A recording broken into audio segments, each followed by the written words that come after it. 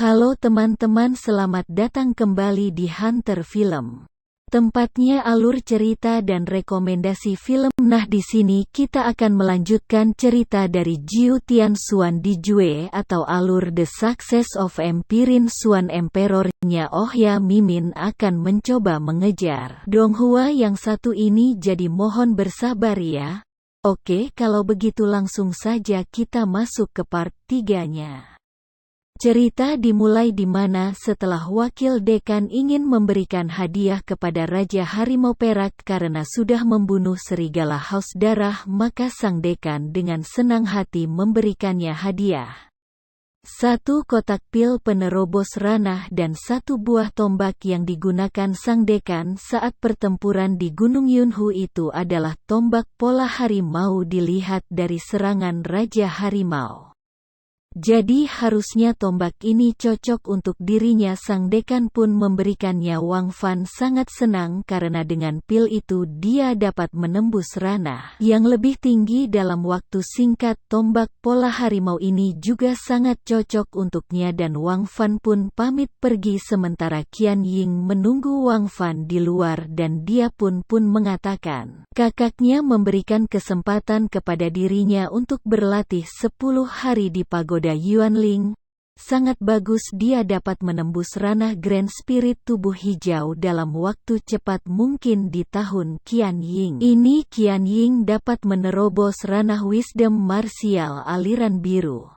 Wang Fan pun langsung kembali ke kamarnya dan langsung memakan pil penerobos itu. Pil yang sangat kuat katanya dan dia pun berhasil menerobos ke ranah Wisdom Martial aliran biru tahap puncak. Dia pun mulai berlatih teknik tombak Raja Harimau selama 4 hari dengan tombak pola harimaunya. Dia ingin segera meningkat agar bisa melawan si pembunuh kakaknya. Wan Fan berniat memancing pembunuh kakaknya dengan cara memprovokasinya dan besok paginya ada semacam pengumuman di gerbang akademi. Kemungkinan itu adalah buatan Wang Fan. Dia ingin memancing sang pembunuh. Singkat cerita, Wang Fan bingung dengan Wentong yang tak kunjung kembali dan saat dia ke gerbang sekolah dia melihat Wentong yang terluka parah dan Wentong bertemu dengan serigala gila. Mereka ada di Akademi Sueyu. Sorenya Wang Fan pun segera pergi ke sana dan bertemu dengan sang serigala gila. Wang Fan juga menyadari ada keberadaan orang lain di sana. Ternyata ini semua hanya jebakan. Tentu kau kira dengan memanfaatkan temanmu Wang Fan dan Wei Tong kamu bisa menemukan kami. Hehe, jangan bercanda, aku tahu hubunganmu dengan Wang Fan yang satu sampah bela diri di dinasti Ming dan sama-sama ingin membalaskan dendam Wang Ping. Jadi kami sedikit bermain kotor dan memanfaatkan temanmu Wei Tong untuk datang kemari. Aku ingin membunuhmu di akademi tapi seseorang yang tidak memperbolehkanku.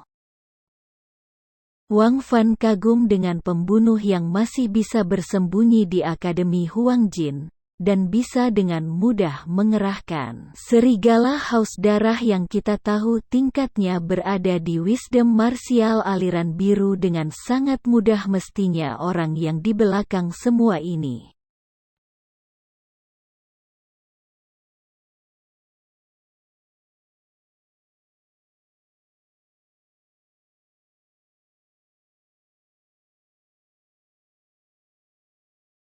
dan muncullah wanita dengan menggunakan cadar di sana dan juga Tian Ming.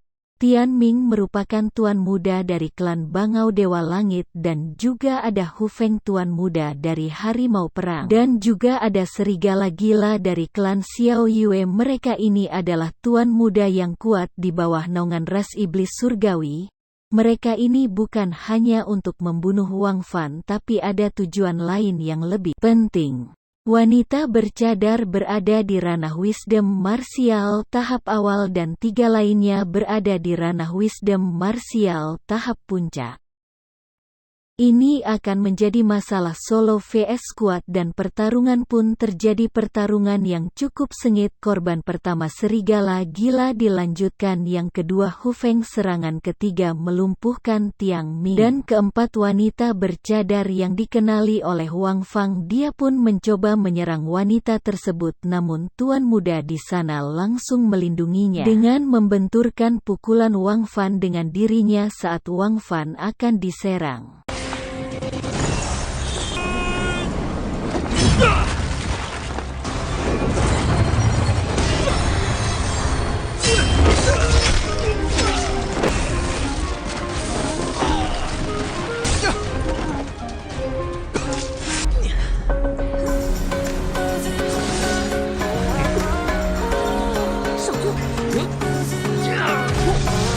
Tiba-tiba datang wakil dekan dengan yang lainnya dari akademi. Melihat kedatangan mereka, bangsa ras iblis pun akhirnya mundur. Mereka dengan cepat pergi untuk menghindari pertarungan di tempat tersebut.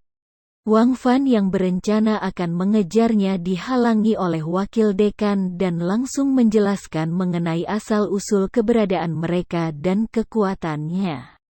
Namun Wang Fan masih mencurigai salah satu dari mereka adalah pembunuh dari kakaknya 1 tahun yang lalu. Tak lama setelah itu Wang Fan pun mencari tahu informasi terkait dengan wanita tersebut. Dengan buku yang dibacanya, ia pun terus berpikir untuk menangkap pembunuh kakaknya tersebut. Saat Wang Fan sedang berjalan, tiba-tiba salah satu wakil dekan datang menghadangnya dan tak disangka setelah mereka berbincang cukup lama, keluarlah kata-kata dari wakil dekan yang membuat Wang Fan menjadi terkejut sekaligus marah. Ternyata wakil dekan tersebutlah yang membunuh kakaknya tersebut 1 tahun yang lalu. Wakil dekan memberitahukan tentang pembunuhannya hanya untuk menantang Raja Harimau Perak. Wakil dekan yang membunuh kakaknya Wang Fan bukanlah tanpa alasan, karena dia tidak ingin putrinya dekat dengan kakaknya Wang Fan.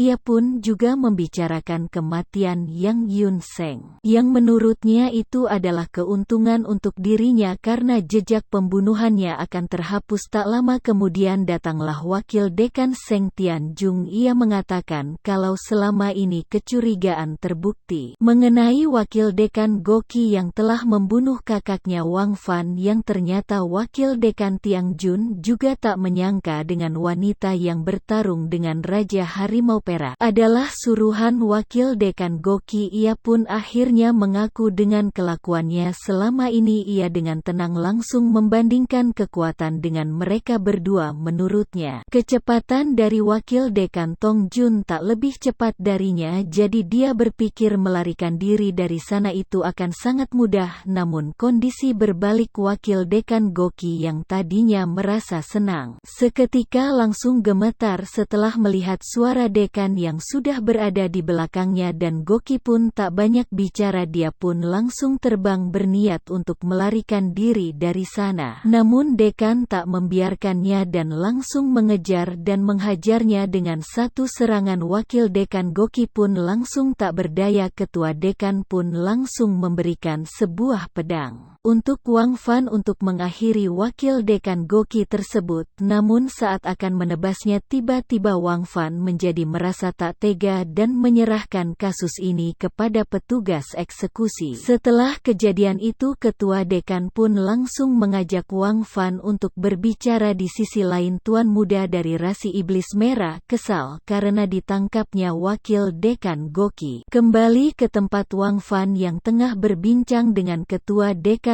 Ketua dekan sangat kagum dengan tekad Wang Fan yang ingin mengetahui tentang kematian kakaknya dan juga harus kerepotan sampai menyamar menjadi Raja Harimau Perak. Ternyata selama ini ketua dekan sudah mengetahui identitas Raja Harimau Perak adalah Wang Fan, namun ketua dekan tak akan mengungkapkan identitasnya kepada orang lain karena menurutnya Raja Harimau Perak harus tetap ada untuk membasmi kejahatan di dunia ini. Ketua dekan sangat mengagumi Wang Fan karena dirinya bisa mencapai ranah aliran biru dalam usia kurang dari 20 tahun. Hal itu mengingatkannya pada anaknya yang menjadi orang jenius. Sama seperti Wang Fan, ketua dekan pun akan terus melindungi Wang Fan dan tak akan melakukan kesalahan untuk yang kedua kalinya. Bagaimanakah kelanjutan kisahnya? Tunggu hanya di Hunter Film, tempatnya alur cerita dan rekomendasi film terbaik. See you.